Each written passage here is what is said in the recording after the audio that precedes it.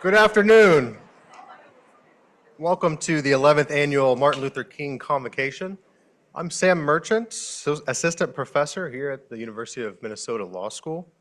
Thank you all for being here. Dean McGarrivan, since his regrets that he's unable to attend, he's getting a minor foot surgery today, so he's unable to attend.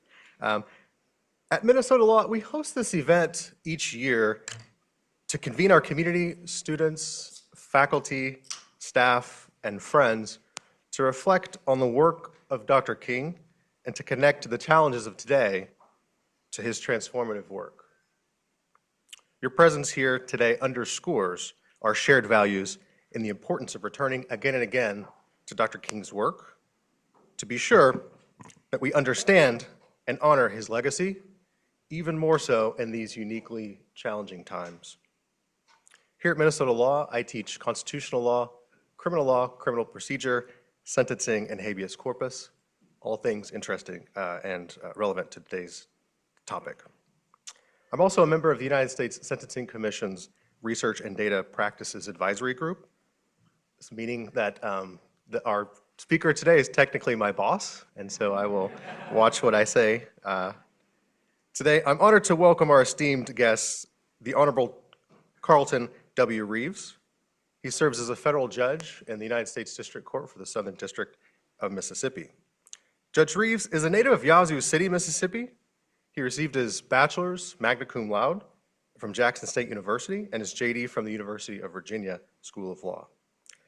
After law school, Judge Reeves worked as a law clerk for Justice Reuben Anderson, the first Black justice of the Mississippi Supreme Court.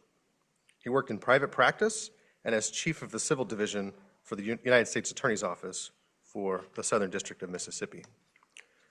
In 2010, President Obama nominated Judge Reeves to serve as a judge for the U.S. District Court in the Southern District of Mississippi, where he continues to work today. Many of Judge Reeves' decisions reverberate around the country. Following precedent, Judge Reeves decided the underlying decision in Dobbs, which the Supreme Court reversed when it overturned Roe v. Wade in 2022. He's not afraid to use his court opinions to critique the U.S. Supreme Court or controversial legal doctrines like qualified immunity for police officers. He's regularly cited by the Supreme Court, by scholars, and by advocates, and his judicial work will continue to shape legal discourse for generations. In 2022, the Senate confirmed Judge Reeves to serve as chair of the United States Sentencing Commission, where he still serves today. In his role as chair, Reeves, he's established policies that guide sentencing decisions for tens of thousands of defendants each year. In the past, the Sentencing Commission has only made minor tweaks to the periphery of the notorious federal sentencing guidelines, but not with Judge Reeves as chair. Under his leadership, the commission has taken bold action to help correct what are almost universally perceived as overly harsh sentencing guidelines. Today, Judge Reeves will address the topic Reconstructing Justice, honoring Dr. King's vision in our federal justice system. As you likely know, by 1791, America had ratified the Constitution and the Bill of Rights, and by 1868, America had ratified the Reconstruction Amendments after the Civil War. Many have called the Reconstruction era America's second founding. Sharing his own personal and professional experiences, Judge Reeves will explore Dr. King's efforts to make the justice system live up to the promise of the Reconstructed Constitution. Following his remarks, he will address a few questions from the audience. We have microphones on each side of this room. Before we begin, one note, today's event is being recorded, and the link to the recording will be shared via email and posted on the event's website. Welcome, Judge Reeves.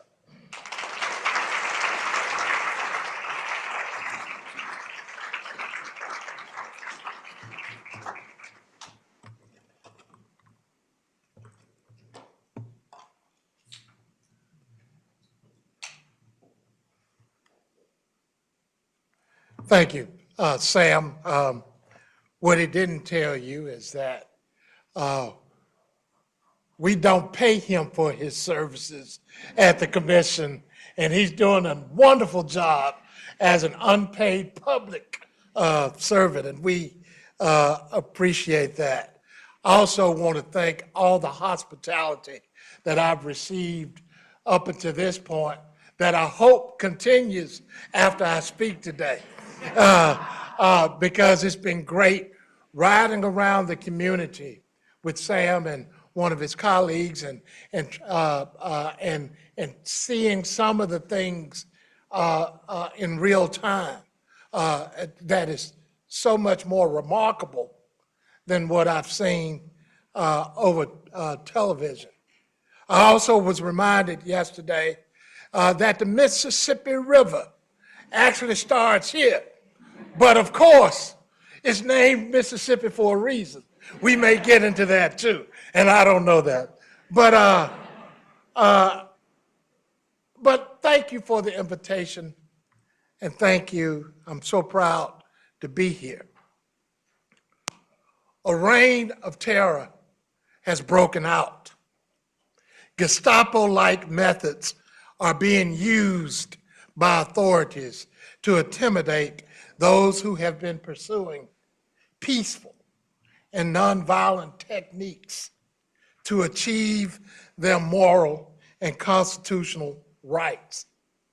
While students of the State College were convened in orderly protest, officials launched an incredible assault.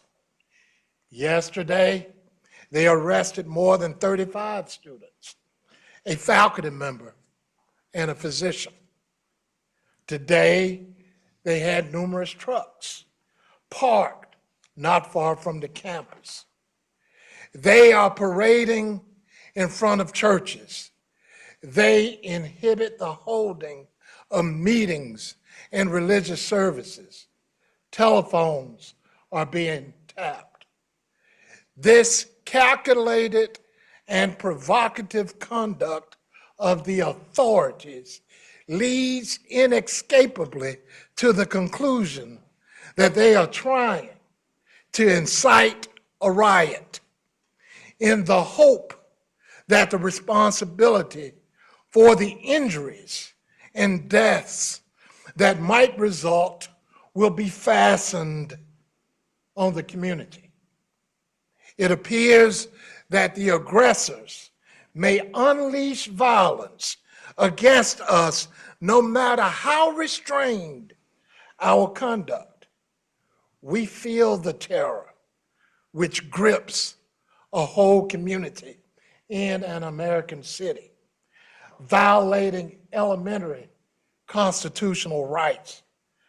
Our concern for the honor of the nation, which we love despite our suffering, impels us to make this public outcry and appeal for justice and human decency.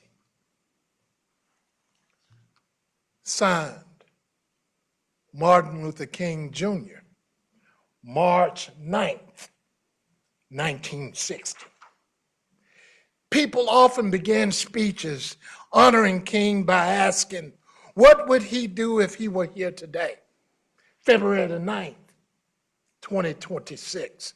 What would King say in circumstances like ours?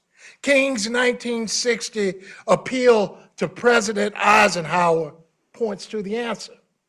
King was talking about Montgomery, Alabama, where students at Alabama State College, inspired by the Greensboro sit-ins, had launched their own at the lunch counter of the county courthouse.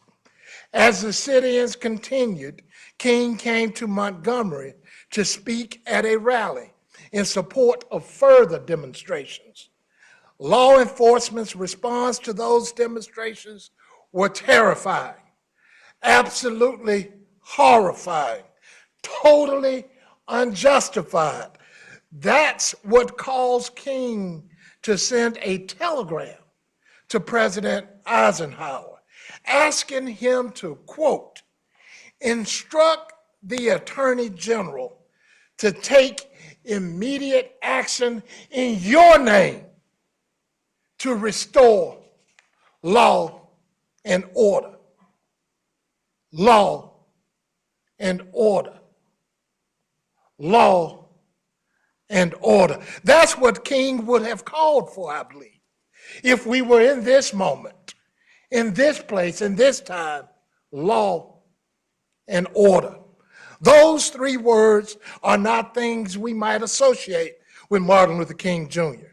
This is the man who averaged more than 2 stints behind bars each year of his adult life. The man who told others that, quote, jail going was a badge of honor and dignity, close quote. The man who saw a chief obstacle to the civil rights movement as, quote, police guns, tear gas, arrests, and jail sentences, close quote. Yes, that Martin Luther King Jr. was a fan of law and order. But King wasn't just a fan of any law and order. He was a proponent of federal law and order. So when King saw the white mobs attacking those students in Montgomery, he didn't write to local officials. He did not write to state officials. He wrote to federal officials. He wrote to the president. And he told them, he said, quote, we are prepared to go with the Attorney General into the federal court for injunctive relief. That's a quote. And it wasn't just federal law enforcement agents or prosecutors King believed would bring about law and order. It was federal judges, backed by the entirety of the federal judicial system, the federal justice system. That belief and hope in federal judges must have been inspired by King's mentor and advisor, the Reverend James Lawson, the tactician, the theorist of nonviolence. It was Lawson who said, quote, one federal judge in Mississippi will do more to bring revolution than sending 600 marshals to Alabama. The Montgomery protests about which King spoke weren't the first time or the last time that King placed his faith in the federal justice system. The following year, King wrote in The Nation magazine, quote, a justice department that is imbued with a will to create justice has vast potential. Space will not permit a spelling out of all measures by which every federal body could contribute to the enforcement of civil rights, close quote. And the year after that, King said, quote, along with our continued efforts in nonviolent direct action, a correspondingly expanded federal government program of vigorous law enforcement is indispensable, close quote. Why would King think that?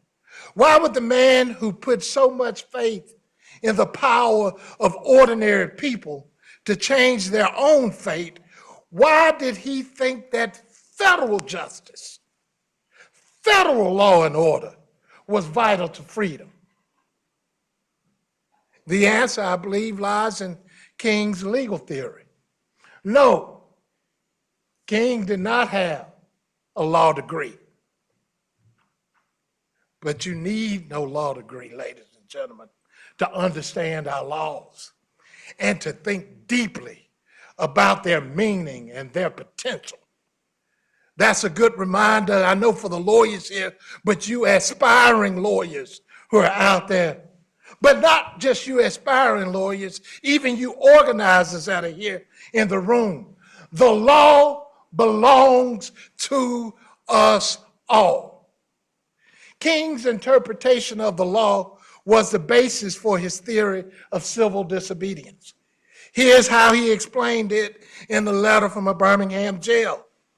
One may ask, and this is a quote, one may well ask, how can you advocate breaking some laws and obeying others? The answer is found in the fact that there are two types of laws, he said. There are just laws and there are unjust laws. An unjust law is what? No law at all. An unjust law is a code that a majority inflicts on a minority that is not binding on itself.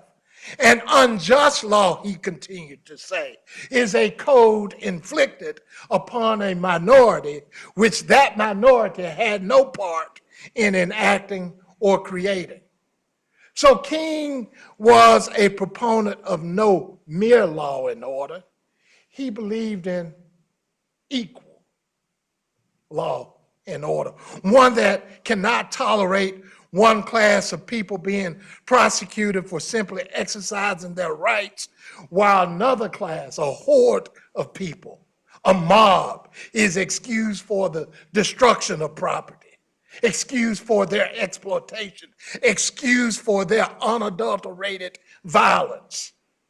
And King believed in a democratic law and order, one that cannot tolerate rules being written and enforced by the few rather than the many, one that cannot tolerate the exclusion of some from governance simply because they are black or poor or incarcerated or otherwise deemed the other. King's belief that the federal law and order was an equal and a democratic law and of democratic law and order, that belief was grounded in Reconstruction, what King called, quote, the incomplete revolution of the Civil War, close quote. That effort to transform that Constitution of 1789, 1791, that Constitution, to transform that Constitution of slavery into a Constitution of democracy. The effort driven by those Reconstruction amendments, the 13th, 14th, 15th Amendments, and that Department of Justice established in 1870 by that Reconstruction Congress to defend democracy from the masked thugs terrorizing American communities. That was the possibility King saw when he looked at the federal judicial system, the federal justice system. For him, the lesson of Reconstruction was this, and I'm quoting again, when our government determines to ally itself with those of its citizens who are crusading for freedom within our borders, and lends the might of its resources creatively and unhesitatingly to the struggle, the blight of discrimination will begin rapidly to fade, close quote. The power of that 19th century effort to reclaim democracy is why King called the civil rights movement of the 20th century, quote, the second Reconstruction, close quote. Now you understand why King would respond to an armed invasion of an American city with a call for law and order, because it was a call for federal law and order, one that lived up to the Reconstruction vision of government and ordinary people partnering to make America what it promised to do, to be more perfect. Still, though, that still cannot be the answer to the question about what would King do if he were here today. Because King's call for federal justice in Montgomery in 1960 came in the face of acts by state and local officials. What would he say if it was the federal government he was facing now? What would he do if he believed federal law and order had been perverted into an instrument of injustice. Again, there's an outline out there for it. Because by 1967, King had what he called, and these are his words, quote, great disappointment with the federal government and its timidity, close quote. He said its timidity had allowed, quote, economic coercion, terrorism, murder, and inhuman contempt to continue unabated.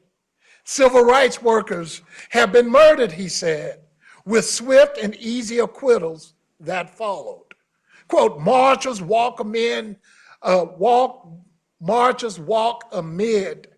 a rain of rocks and bottles to the thunder of jeering thousands, many of them waving Nazi flags, close quote. I don't want y'all going back saying these are Carlton Reeves words. Oh yes, King knew the taste of federal injustice. He spoke about this gulf between the laws and their enforcement. That has always been the real gulf of America, the disconnect, if you will, between its principles on that parchment and their realization in the lives of its people. That was the check he talked about before the Lincoln Memorial, the one marked by, quote, insufficient funds when you tried to cash it. King knew that being denied, quote, the riches of freedom, close quote, in the land of the free can lead to bitter despair. But he would not have us embrace that despair. He did not embrace that despair.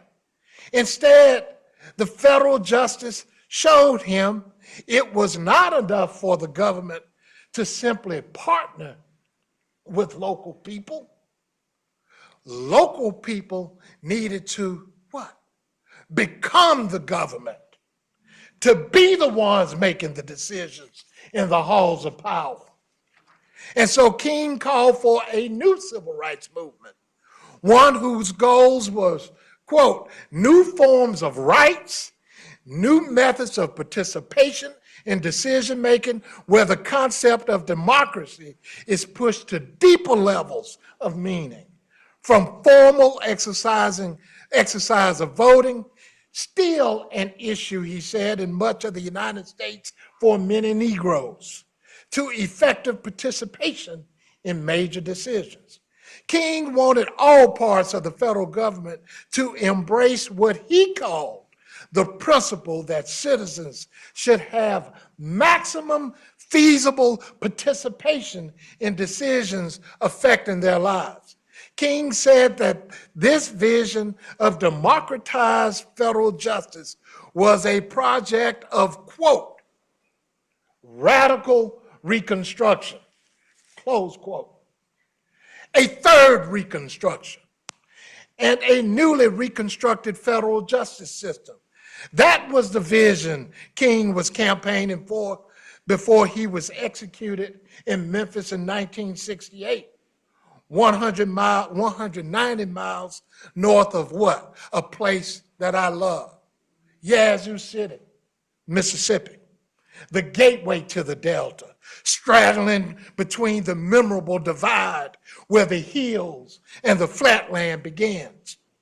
Yazoo City, where a boy whom many knew, all knew as Baby, but others know today, Carlton W. Reeves, was about to turn 4 years old. If there were any place in a nation that needed a reconstructed justice, it was the Mississippi of my childhood. One of the most prominent scars on the map of America, says Anthony Walton. That's how he described my Mississippi. When federal courts handed down Brown versus Board in 1954, there were ordinary heroes who sprang into action. Nathan Stewart, James Wright, Miss Lottie Mae Tubbs. They and 50 other of our neighbors who signed a petition calling for their children's schools to be integrated. They were not esteemed judges. They were not famous politicians. They were not even fancy lawyers.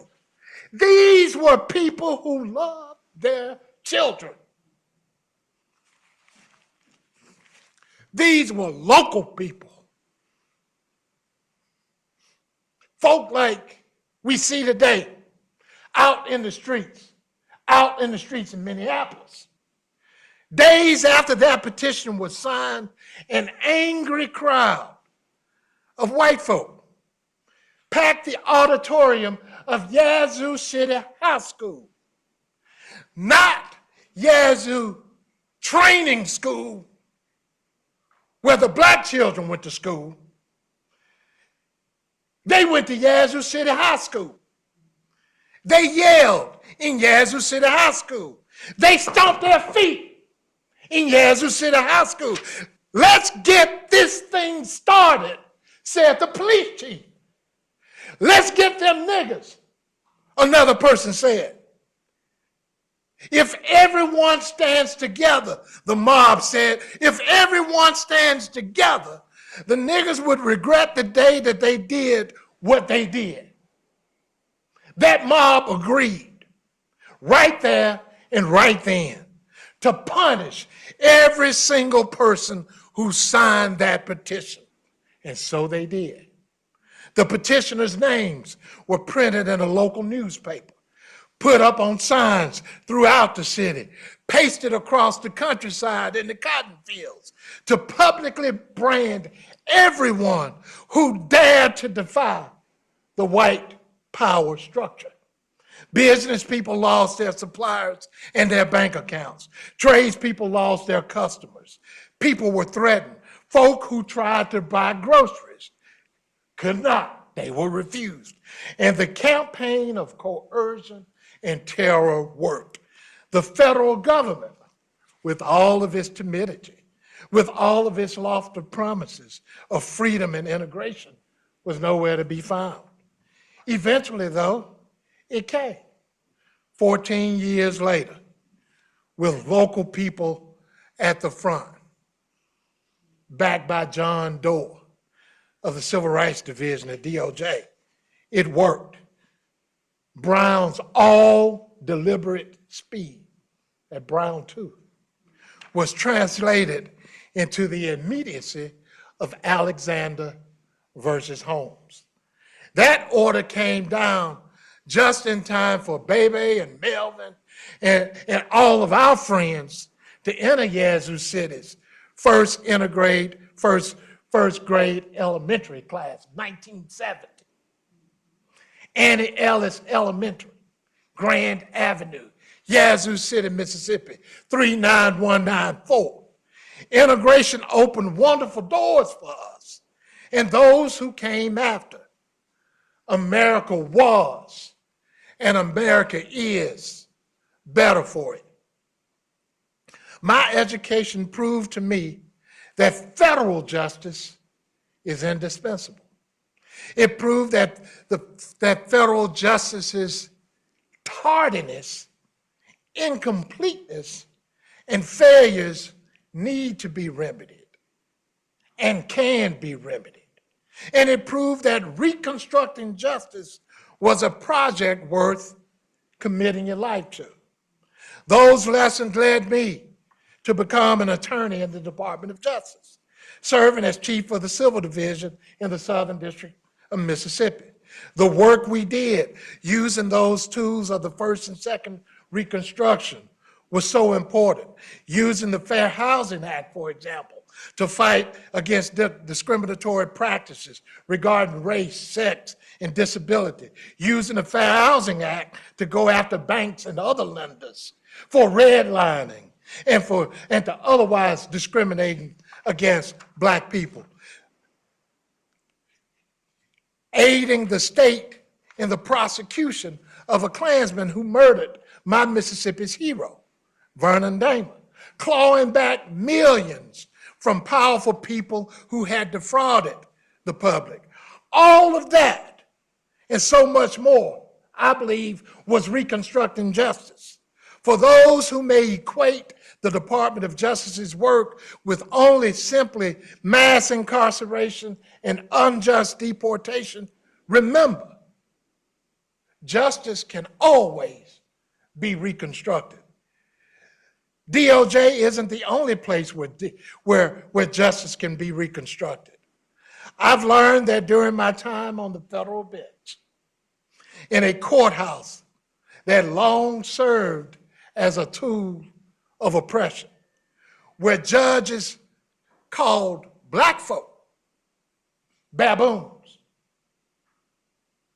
and handed out sentences as short as 3 years in prison for the murder of civil rights activists, where the sentencing judge then said, quote, "They killed one nigger, one Jew, and a white man.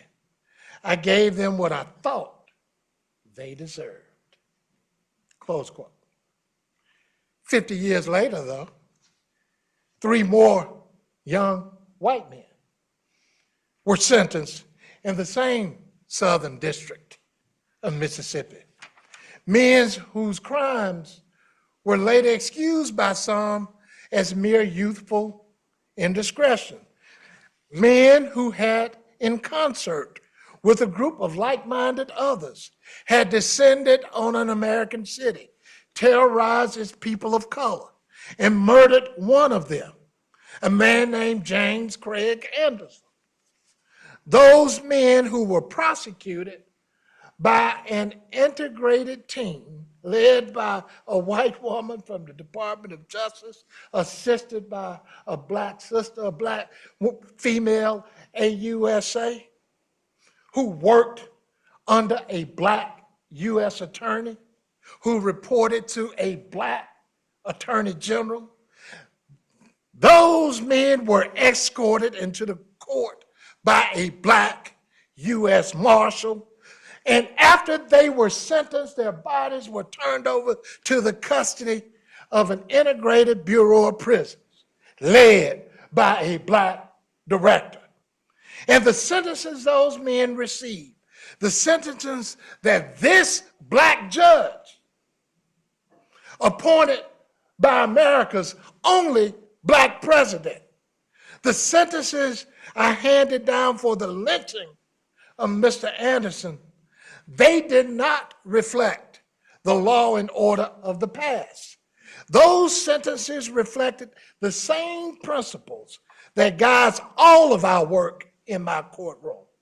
Equal justice for all of those who are understood to be, in that phrase, we the people, with no group immunized from the consequences of their actions, and no group excluded from the making and in the enforcement of the law. That is reconstructing justice.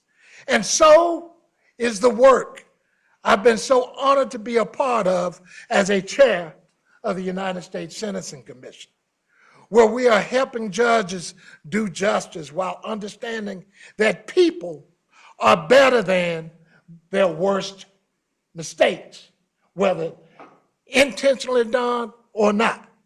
That those people remain a part of we, the people, where formerly incarcerated people and their families now help make sentencing policy. For people who think federal courts, are places that cannot serve democracy, that cannot hold the powerful accountable, remember, justice can always be reconstructed. Remember that lesson. Remember Dr. King's defiant hope in the federal justice system. The forces of intolerance and hatred and oppression may defang the amendments of the first Reconstruction, only temporarily. They may neuter the Civil Rights Act of the second Reconstruction, only temporarily. But they cannot, they will not suffocate the promise of a third Reconstruction. I know that promise will stay alive because of the people in this room and the people outside of this room. You have shown that this nation still contains the courage to defend democracy. Like in Yazoo City, you paid the price for your protest. Like the civil rights activists in Mississippi, you've seen some of your heroes lose things, lose their lives. You have been given every reason to doubt and to deny this country's aspirations. And yet, none of you have given up hope. For that alone, ladies and gentlemen, you have done more to honor Dr. King than any words that I would ever speak.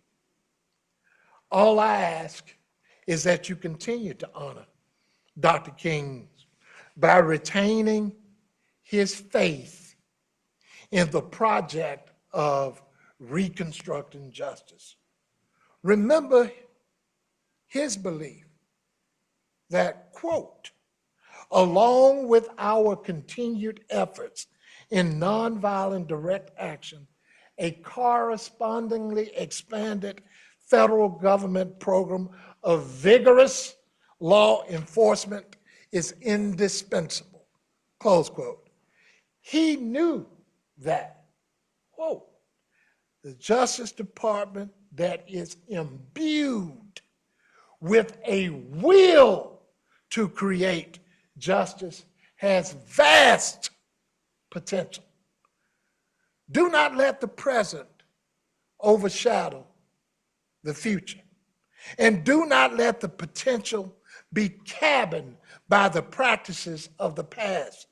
Reconstruction is a project of your own imagination. Whatever the past practices may be, qualified immunity, the war on drugs, super predators, 3 strikes, mass incarceration, they are all constructed things. They can be reconstructed to reflect a more democratic law and a more equal order to achieve what? That promise of America, a more perfect union. If you want to achieve those lofty goals, or if you simply want to keep your neighbors and your community safe, keep being bold, keep pushing, keep prodding. And in this moment in particular, remember what Robert F. Kennedy, the father, told the crowd in Indianapolis when he learned of Dr. King's assassination.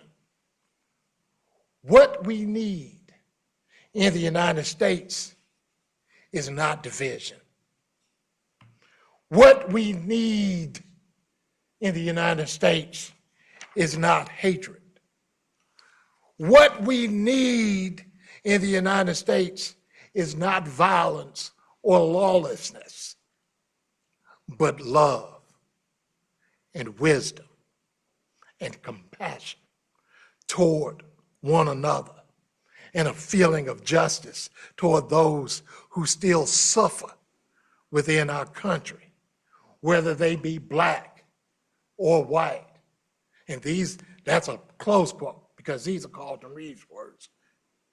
Whether they be rich or poor, gay or straight, cisgender or transgender, immigrant or native born, Somali or Haitian or Ethiopian or Mon or Mexican, or anyone we identify as what? The other.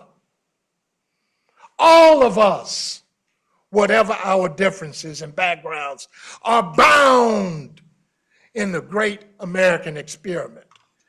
This country belongs to all the people in we the people.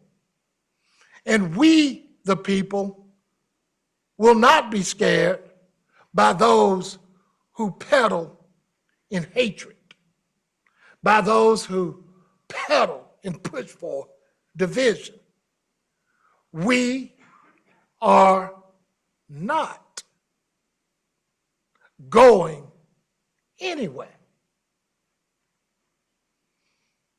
And our democracy, this nation, and Dr. King said, the nation that we love, despite our suffering, has unlimited potential to be rebuilt, to be restored, to be renewed, and yes, ladies and gentlemen, to be reconstructed. It doesn't matter if you are a lawyer or a leader or just a local person like my Miss Lottie Mae Tubbs. You have the key. You have the power. Go be bold, be courageous, and reconstruct justice. Thank you for having me. I'm on my way back to Mississippi. You are. Thank you for having me. I so much enjoyed being here.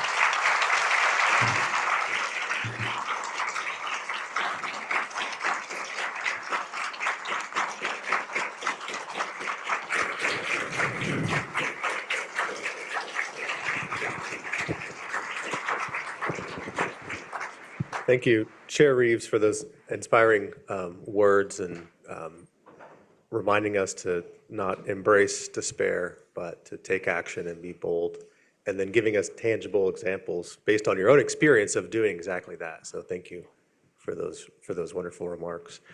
We have a little bit of time for questions from the crowd, from our attendees today. There are microphones on each side, so if we had questions, the chair could stick around for a few minutes and answer some questions.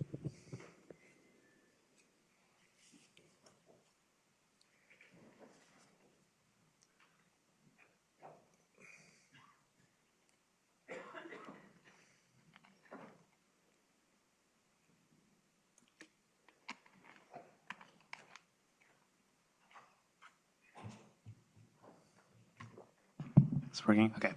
Hi, Judge Reeves. My name is Sid Srivastava. I'm a 1L at the U. I have a question. So at the end, you talked about like gay and straight, cisgender and transgender. And I was reading about some of your past opinions and how you connected the struggle of LGBTQ people and Black Americans in Mississippi and across the country.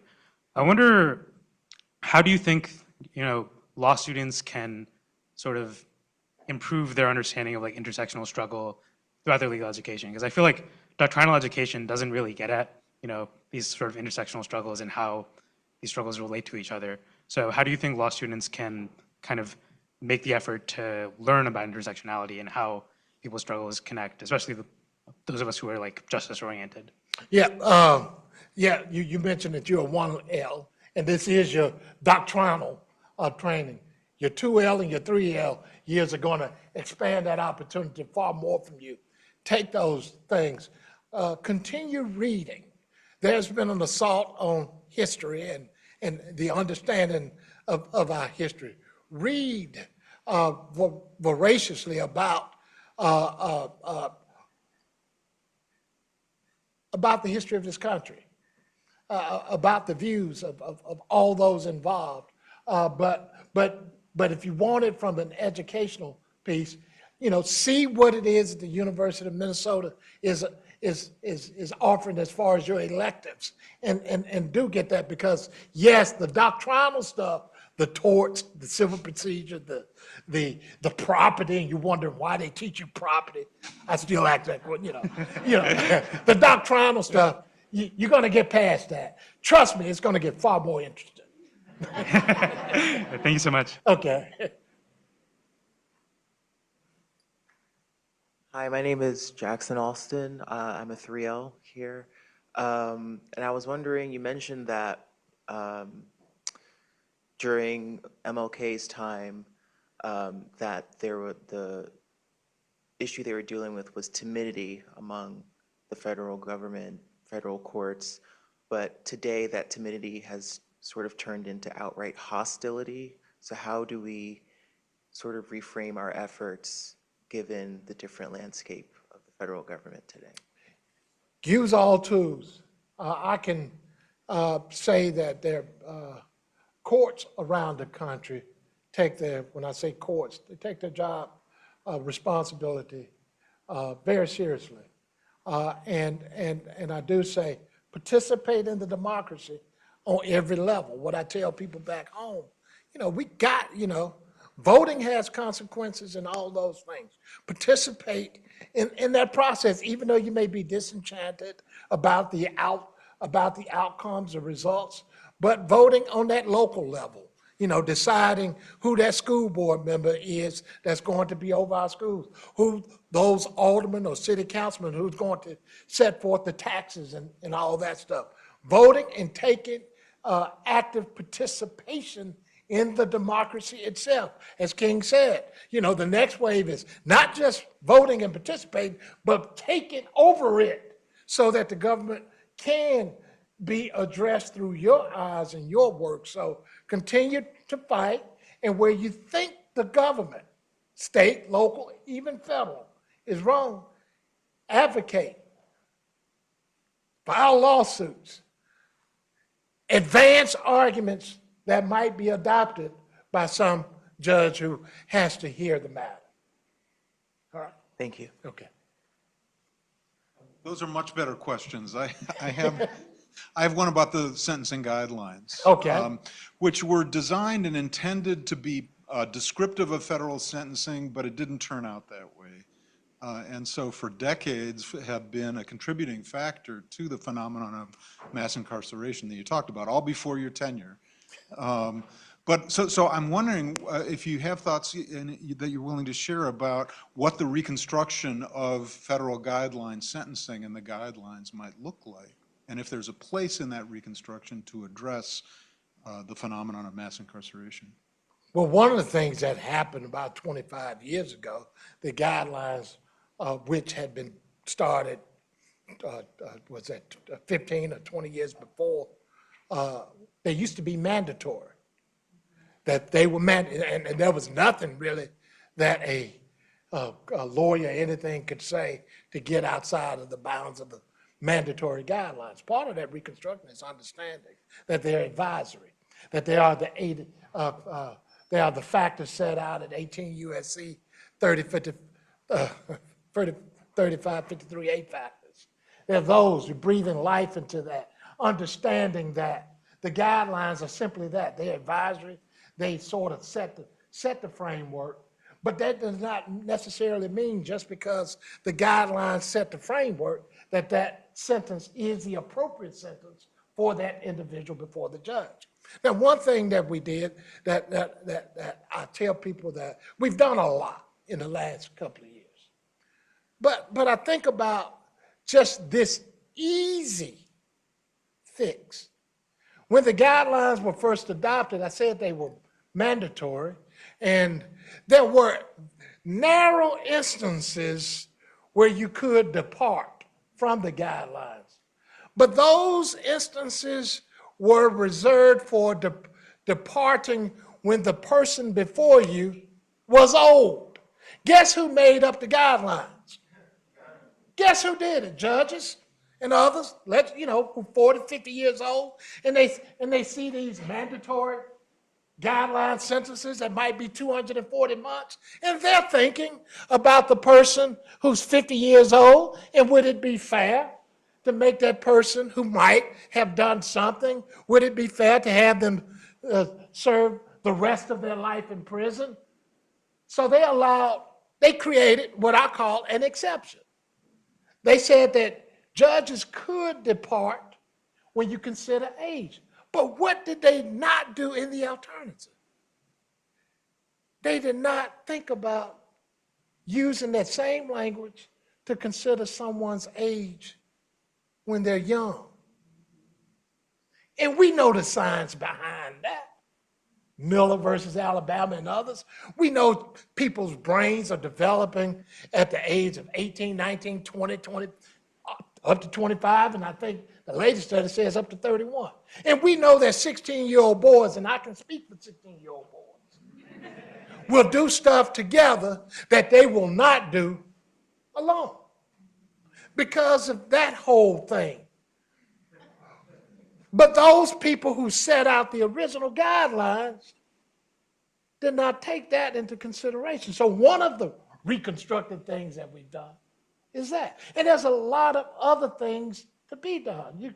You look at some of the other things, and I'm not suggesting it's reconstruction. Lord, they'll say the chair of the Sentencing Commission is talking about reconstructing the guidelines that he likes to make the manuals and all that. No, but I do think that a reevaluation, because that's one of the things that we did at its 40th anniversary back in 2024. We said, look, tell us, public, how can these guidelines be improved? Because guess what? The guidelines were created to reduce disparity, and the disparity is still there.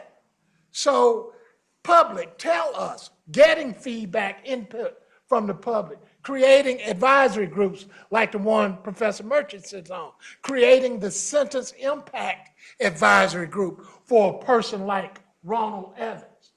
Ronald Evans was a 16-year-old kid when he got involved in drugs in the D.C. area. By 18, he was convicted of a drug offense that he was involved in a mass conspiracy. But all he did was sell. And nobody, he was tied to no death or anything. But because of the way the guidelines were viewed, Ronald Evans was sentenced to life in prison at 19 years old. He's expected to live for 1 decade, 2 decades, 49, 59, 69. He's supposed to be in prison. Life. Life means life. President Obama commuted his sentence. And now Ronald Evans is on our Sentence Impact Advisory Group, giving us impact, giving us advice and comments about how the sentencing prison sentence affect incarcerated people and their families. We hear from victims, we hear from lawyers, we hear from the probation office. Again, part of reconstructing, I guess, is now we will hear from those who suffer the sentences that have been handed out. And there are many other ways. Offer your comments. We have public hearings, we have public comments, public portals, email. You can email me your thoughts, and all of those things will be considered by the commission. That's part of reconstructing it, I think, to make sure that your concerns are at least read, considered, thought about, and guess what? Your concern might spark something that might create another change in the amendment, might create a new amendment, or it might create the whole destruction of the guidelines. That's how. Hi, I'm Billy Forrester. I'm a 1L as well, and I'm in Professor Merchant's class. I wrote my question down, so it would be a little bit more. His doctrinal class is the best one. It is great. It is super. It's been a great 3 weeks, so. You spoke of the years and decades the Justice Martin Luther King asked the federal government for before his death took to be realized through the courts. And I'm wondering, in the midst of the immediacy of the federal government's current violence, how do we maintain a faith in this vision of Reconstruction when our historical touchstones have demanded so much patience of those in immediate need of justice? How do we balance that faith with righteous impatience? I mentioned earlier that the law belongs to all of us.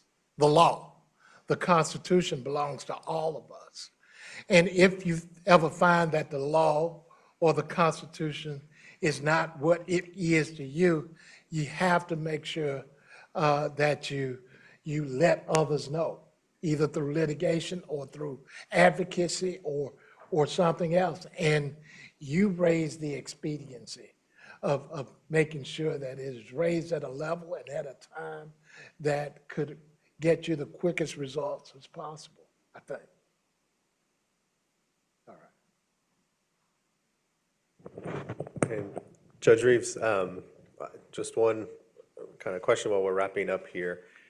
You wrote in the sort of very famous and maybe viral decision in the United States v. Bullock about your struggles as a district judge applying the Supreme Court's sort of history and tradition tests. And it's sort of a little easier for the Supreme Court to apply the test when you have a lot of experts providing commentary to the court, but maybe it's a little bit more difficult to lower court judges. And you don't have to comment on this part of it, but it strikes me when I think about that in light of your comments today that there's an opportunity if someone wanted to skip past the first Reconstruction or the second Reconstruction, the civil rights movements. Suppose they didn't like the civil rights movement and they didn't like the progressive era, they didn't like Reconstruction. One way to get past that is to treat it as maybe constitutional flyover country and go to a time where that didn't exist, maybe in 1791. And so you don't have to talk about sort of how that relates and your thoughts on that, but I am curious about your thoughts about your struggles using history and tradition. You said in that case, quote, judges are not historians. We are not trained as historians. We practice law, not history. We do not have historians on staff. Yet the standard articulated in Bruin expects us to play historian in the name of constitutional adjudication. And then you go on to discuss the problem of sort of cherry picking the history that gets you to the conclusion that you want. So I'm just curious if you had comments on the use of history and tradition from a judge that's on the ground having to grapple with these things. It's tough because part of judging, you rely on the party, what we call the party presentation principle. That is, you have two supposedly equally yoked advocates who have the responsibility of giving the judges or the jury all the tools that they need to come about to make a rational decision. And so if you don't have those tools, if you don't have the history that you're needed, that you're required to go to, historians are unique in what they do. I took a bunch of history courses at Jackson State, and I left there thinking, oh, yeah. But no, there are ways in which they look to what people were saying in the community at the particular time, what norms were going on. How did that even get to where it was based on centuries before? So somebody having that deep understanding, it has to come from somewhere. And if it doesn't come from the parties, then I guess it should come from the court. But the court, many courts are not equipped with digging down that deeply into history. And I say this to say, you mentioned the flyover portion, but I just find it difficult to believe that the Reconstruction did not happen. That the 13th and 14th and 15th Amendments, that Reconstruction Congress, particularly, look at the 14th Amendment and look at all the tools that it had there. Those folk saw what the destruction of the country was like and what brought it about and how they had suffered. And they thought they fixed that slavery Constitution. They said now African Americans weren't whole citizens, not 3/5. So obviously they attempted to fix, I think, what they thought was broken or the gaps that were there or the things that need to be fixed. So it's kind of hard for me for one to ignore what was done then and frankly, what was done after then through every minute and every day. So it's difficult if you don't have the tools. And if the lawyers don't give you the tools, where are you to get the tools? Thank you. And I know that students have class and other people have obligations, so join me in thanking Judge Reeves for his comments today. Thank you.